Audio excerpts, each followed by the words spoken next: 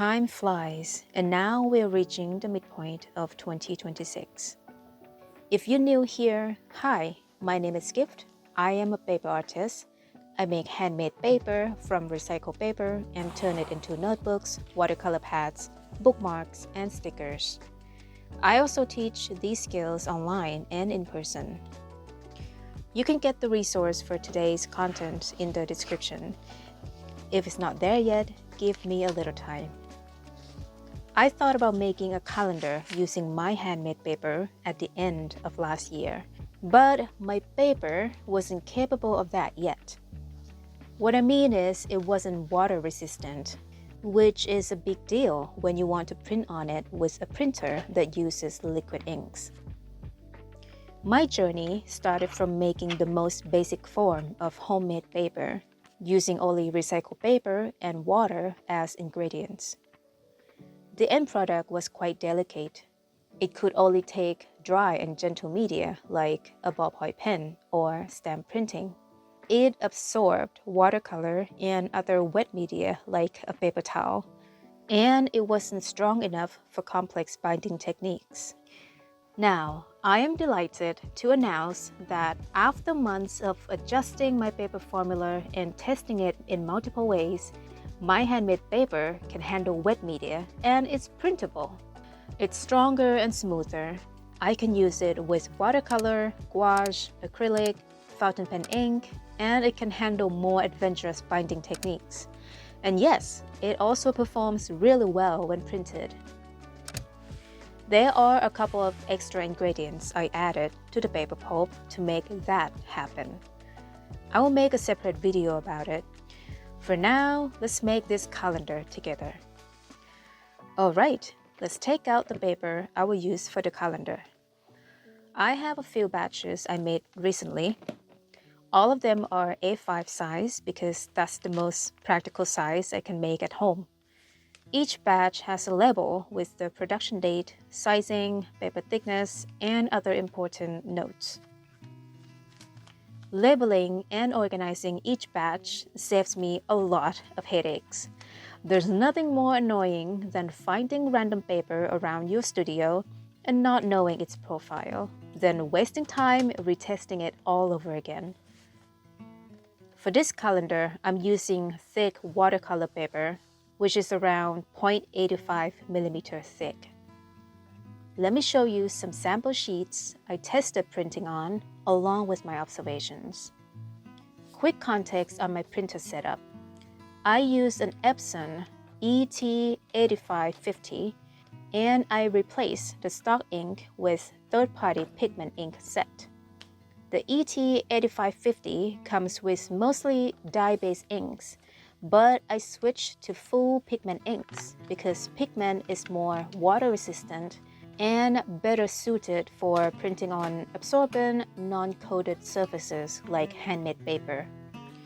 When printing in color without any adjustment, pictures can look a bit flat and dull compared to the original. This is less noticeable with graphic designs or text, but when I bump up the saturation a bit, the colors look a lot better and more vibrant. You can also see that my paper has different textures on each side. One side has a screen-like texture, which is formed by a deckle, the paper-making screen that filters water from the paper pulp. The other side is smoother, from the cotton sheet that carries the paper during the drying process. Personally, I like printing on the textured side more than the smoother one because it has more personality and character. For the paper edge, I kept the natural deckle-edge instead of trimming it straight. One reason is that if I trim the edges, the paper might end up smaller than A5, and the printer could get confused about the size. The other thing you might notice is some ink staining along the paper edge. This is common with handmade paper because the edges tend to curl slightly after drying and pressing. When the paper feeds through the printer, the curled edge catches ink from the print head. I found a little trick to fix that, so keep watching. My calendar concept is Lives of Asian Cats.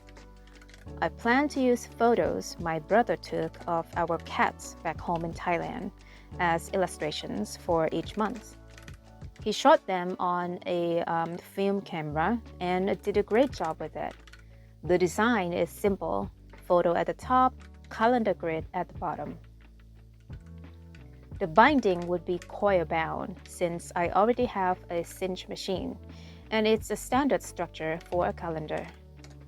The size is A5 with 8 sheets total, 1 cover and 7 sheets for June through December 2026. Okay, so here's how I flatten the curled paper edges. I use an embosser die cut machine. I got this machine secondhand and love how well it works with my paper. Basically, I sandwich a sheet in between the plates and run them through the machine. The machine flattens the curl for me. I use enough plates to create friction when passing them through, but not so many that I had to force it. I focus on the short edges rather than running the whole sheet through, because the edge of the plate can leave an impression on the paper, which I didn't want.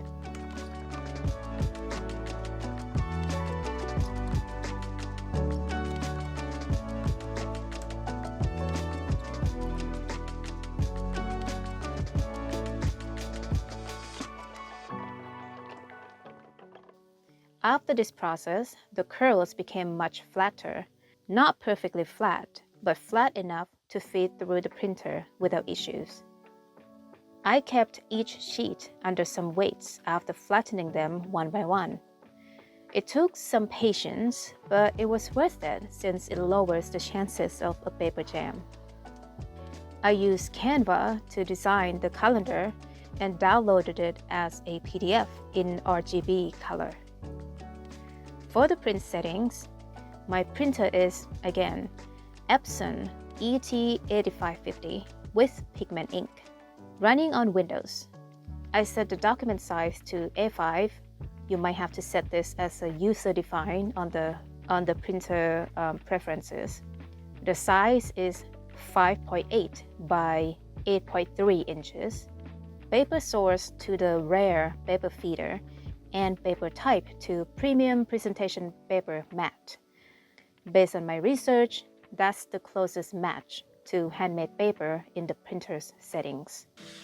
I tested the layout first with a regular copy paper cut to A5, just to make sure the formatting was correct before using my handmade sheets. Then I held my breath and started printing on the handmade paper. There's always a bit of anxiety when you print each sheet.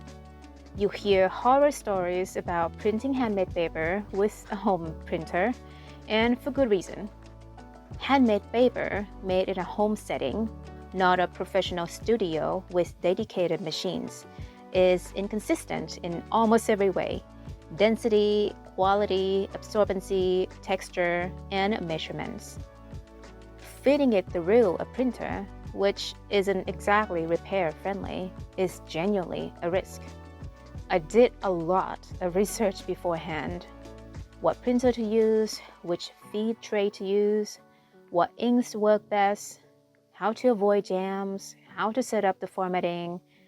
But no matter how much I dug online, I couldn't find a clear, comprehensive guide that answered all my questions. So I had to take a risk and test it myself. I bit the bullet and bought this printer on a Black Friday, thank God. If you want to try this at home, I made a guide for you about how to print on handmade paper using the EPSON ET-8550. It covers ink choice, paper prep, feed settings, and what I learned from my own trials. It's linked in the description. I think most of my concerns went away once I got started with this machine rather than starting with a cheaper one. It's one of the most premium tools I've ever invested in, and it checked most of the boxes. After multiple trials and adjustments, I would say it was a success. No paper jams at all. You might still see me running back to the printer to gently help push the paper into the feeder. I wanted to make sure the machine took the sheet properly since the paper edge is deckle-edge and still has a little curl. Here's the result. The colors are so pretty. The text is crisp. Since all the photos were taken on a film camera, they aren't super detailed or high definition, but they're so charming, especially paired with that beautiful paper texture. Now that the printing was done, it was time to make the backing for the calendar. I made a simple mock-up using chipboard to figure out how much gap to leave for the hinges. The finished backing stands up like this once bound with the calendar sheets. Then I cut the real backing pieces. I cut 2 boards the same width and length as A5 for the main backing. For the base, I cut 2 pieces that were 1.5 inches wide and 5.8 inches long. I set the 2 base pieces between the 2 backings, leaving a 4 mm hinge gap between the 2 base pieces and a 5 mm hinge gap between each base piece and the backing boards. Since this calendar is for personal use, I kept it simple and used masking tape to hold everything together instead of decorating the backing.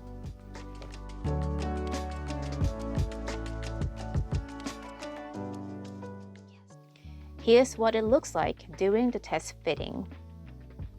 The next step was punching the holes and binding everything together with the cinch machine.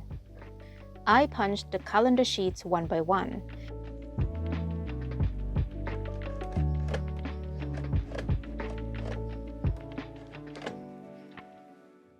Then move on to the backing board.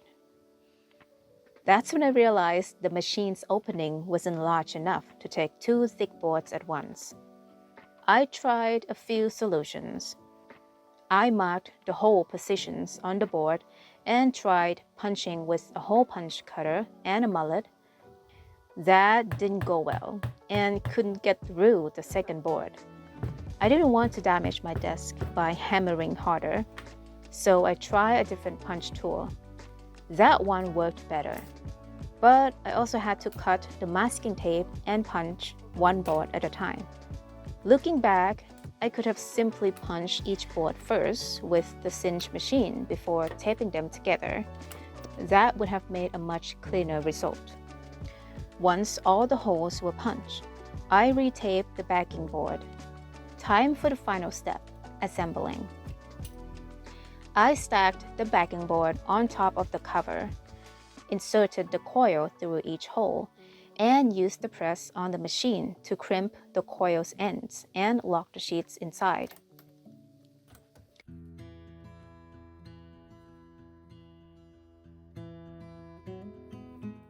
Flip the backing board to the back, and that's it. The calendar is done. I truly love how this calendar turned out, and especially the paper's printability. It's been a long time coming. If you'd like to learn more about making handmade paper that's printable at home, let me know in the comments. And if you want a guide on how to print handmade paper at home with this EPSON, grab the guide in the description. Thank you so much for watching. I hope you are inspired, whether you're a paper maker, a bookbinder, or just someone curious about making things from scratch. I will see you in the next video.